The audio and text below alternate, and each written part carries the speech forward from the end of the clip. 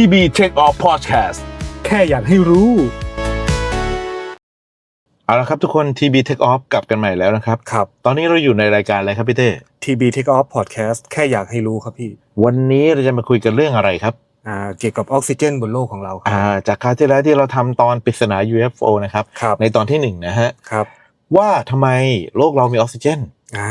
ดาวดวงอื่นอาจจะไม่มีออกซิเจนเหมือนเราครับแล้วเราเป็นสิ่งมีชีวิตบนโลกที่ใช้ออกซิเจนในการใช้ชีวิตนะครับใช่ครับวันนี้เราจะมาไขปริศนาของออกซิเจนกันนะครับว่าบนโลกใบนี้เนี่ยมีออกซิเจนหรือ O2 ได้ยังไงนะฮะครับเราจะมาเริ่มดูกันว่าประวัติศาสตร์ของโลกเรานั้นออกซิเจนเกิดขึ้นได้อย่างไร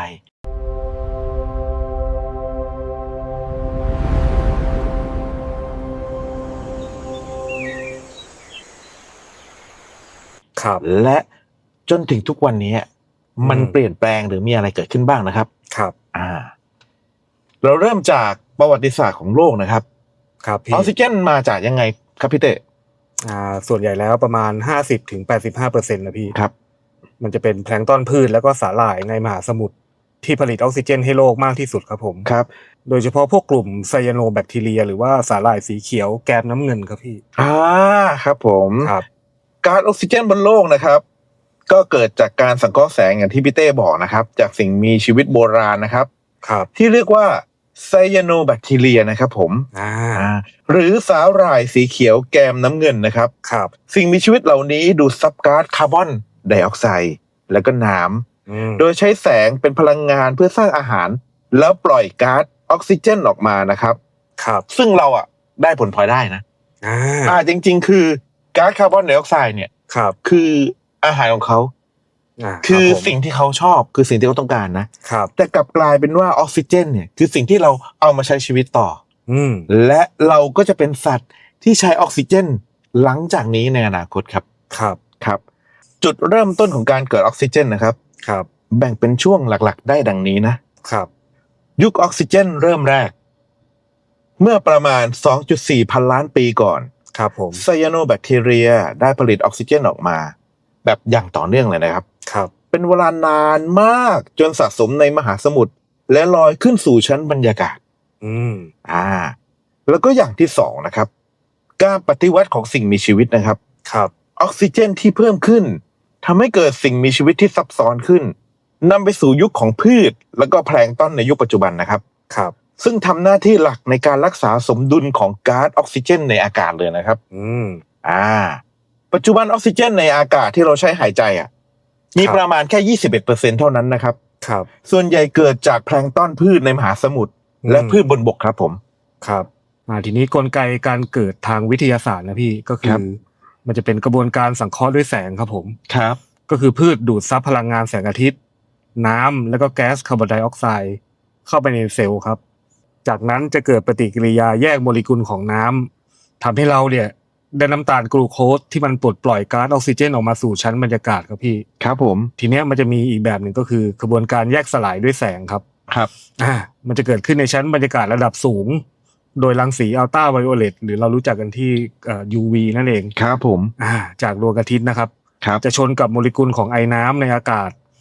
ทำให้โมเลกุลแตกตัวออกเป็นแก๊สไฮโดรเจนแล้วก็ออกซิเจนครับผมแต่มันจะเกิดในปริมาณที่น้อยมากถ้าเทียบกับวิธีแรกครับพี่ครับผมออกซิเจนส่วนใหญ่บนโลกนะครับ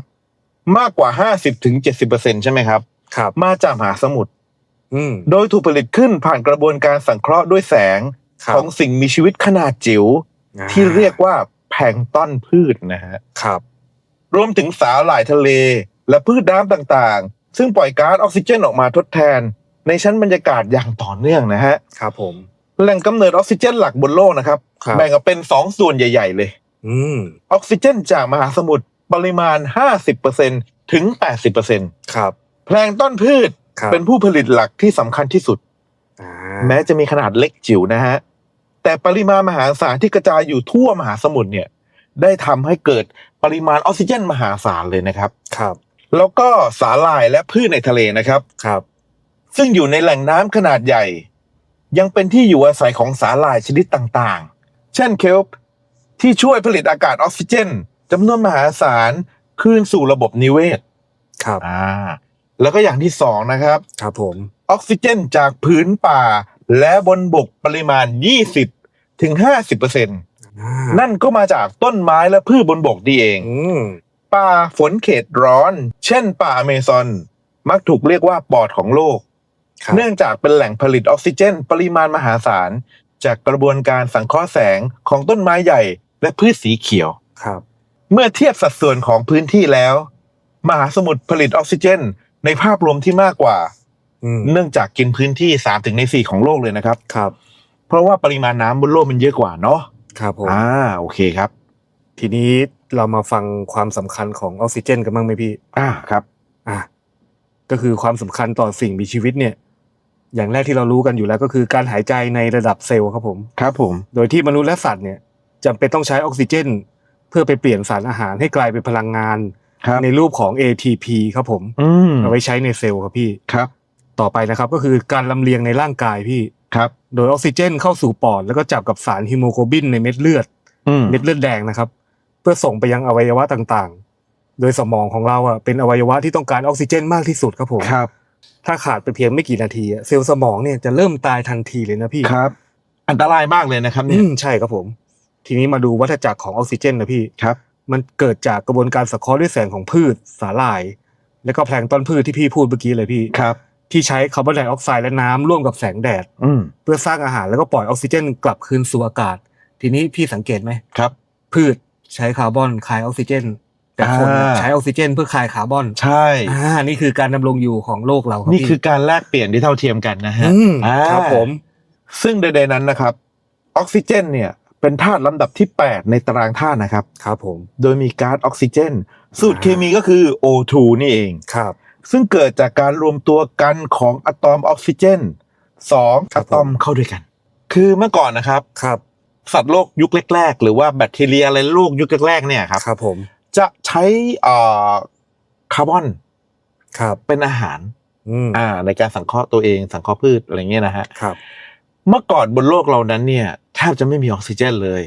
เพราะว่ามีทั้งควันภูเขาไฟนะฮะซึ่งปะทุอยู่ตลอดเวลานะแล้วก็ภาวะเรือนกระจกที่รุนแรงมากนะฮะแล้วก็มีกรดมีอะไรมากมายซึ่งตอนนั้นไม่เป็นสถานะที่มนุษย์จะอยู่ได้เลยจนมีเกิดขึ้นสาหร่ายแล้วมีการสังเคราะห์ขึ้นมาและมีการเปลี่ยนแปลงให้เกิดออกซิเจนนะครับผมจังหวะนั้นเนี่ยพวกสัตว์เซลล์เดียวหรืออะไรก็ตามที่ใช้คาร์บอนในการใช้ชีวิตก็จะโดนสลับที่โดยสัตว์ที่ใช้ออกซิเจนก็จะกลายเป็นว่าสัตว์ที่ใช้ออกซิเจนเนี่ยก็จะยืนอยู่มาบนตารางอันดับ1ในการใช้ชีวิตบนโลกนั่นเองครับทีนี้เราจะพูดถึงว่าออกซิเจนเนี่ยมีประโยชน์อะไรกับเราบ้างนะฮะก๊าซออกซิเจนคือสารประกอบสำคัญที่ช่วยในปฏิกิริยาการเผาไหม้และเป็นก๊าซที่สิ่งมีชีวิตใช้ในกระบวนการหายใจระดับเซลล์ประโยชน์ของออกซิเจนเนี่ยมีความสำคัญอย่างไรกับร่างกายเราบ้างนะฮะประโยชน์ของออกซิเจนในร่างกายเนี่ยมีมากเลยนะครับโดยเฉพาะหน้าที่หลักก็คือการดูแลลำเลียงผ่านระบบเลือดไปยังอวัยวะต่างๆเพื่อสร้างพลังงานให้กับร่างกายนะครับช่วยในการเผาผลาญอาหารออกซิเจนเนี่ยช่วยเปลี่ยนสารอาหารให้เป็นพลังงานเพื่อใช้ในกิจกรรมต่างๆบำรุงสมองและประสาทสมองเป็นอวัยวะที่ต้องการออกซิเจนมากที่สุดหากขาดเพียงไม่กี่วินาทีนะฮะเซลล์สมองเนี่ยจะเริ่มตายได้เหมือนที่พี่เต้เคยพูดเอาไว้เมื่อกี้เลยนะฮะมันสำคัญมากเลยนะฮะเสริมสร้างระบบภูมิคุ้มกันมีระบบออกซิเจนที่เหมาะสมช่วยให้เม็ดเลือดขาวทำงานได้อย่างมีประสิทธิภาพฟื้นฟูเซลล์และเนื้อเยื่อช่วยในการสมานแผลแล้วก็ช่วยซ่อมแซมส่วนที่สึกหรอนะครับในปัจจุบันเนี่ยการใช้ออกซิเจนในการรักษาทางการแพทย์ก็มีเยอะเหมือนกันนะครับเห็นไหมครับว่าออกซิเจนเนี่ยมีประโยชน์กับพวกเรามากเลยนะครับเพราะฉะนั้นเนี่ยออกซิเจนนี่คือสิ่งที่สำคัญกับมนุษย์บนโลกมากและสัตว์ทุกชนิดบนโลกมากนะครับเพราะฉะนั้นเราก็ต้องดูแลออกซิเจนเราให้ดีๆเช่นกันนะฮะพี่เต้มีอะไรเสริมครับก็ไหนๆพี่พูดเรื่องทางการแพทย์มาแล้วครับผมขอพูดถึงประโยชน์แล้วก็การประยุกต์ใช้งานแล้วกันพี่ได้ครับพี่ก็คือทางการแพทย์นะครับเราใช้รักษาผู้ป่วยที่มีภาวะพร่องออกซิเจนครับผมโดยระบบทางเดินหายใจหรือว่าใช้ในห้องฉุกเฉินและห้องผ่าตัดโดยมักใช้ร่วมกับอุปกรณ์อย่างพวก ถังออกซิเจนหรือว่าเครื่องผลิตออกซิเจนได้ครับพี่ครับผมแล้วก็มีอย่างภาคอุตสาหกรรมจะเป็นพวกอุตสาหกรรมเหล็กกล้า